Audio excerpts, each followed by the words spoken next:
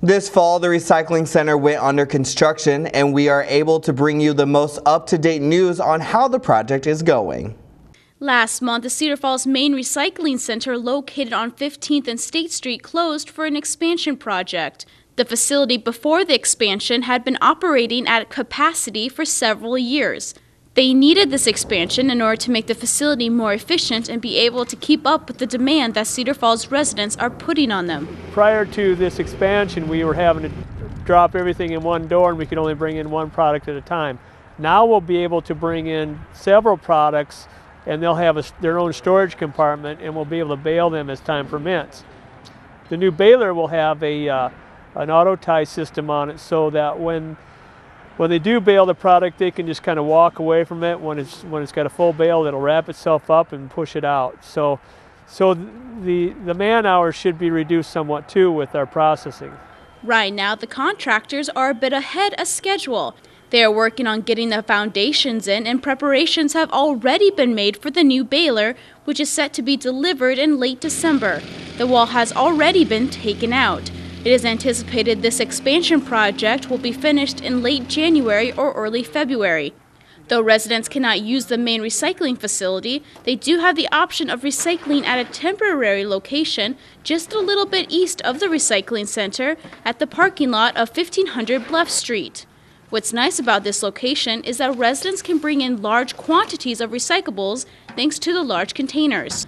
Currently, the recycling center has to loose deliver all of the materials that are coming from their drop sites and having to haul them out singularly out to the city carton to be dumped. This does take a little bit more time, and the city asks residents to be patient and try to maximize the containers as much as possible. Another thing this is going to allow us to do with a loading dock, we'll have a trailer stationed at that loading dock, and that'll allow us to put all of one type of commodity on that trailer, and that allows us to go mill direct with it. So we'll be getting 100% of the board market for that product if we can get a trailer load that goes directly to the mill.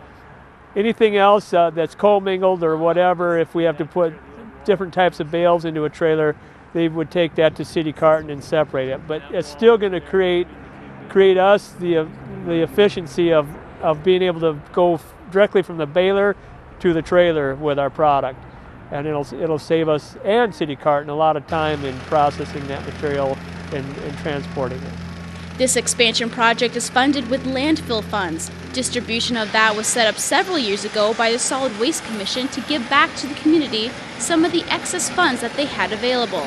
We will keep you updated here on Cedar Falls City News as this project develops. Reporting for Cedar Falls City News, I'm Shelby Gappa.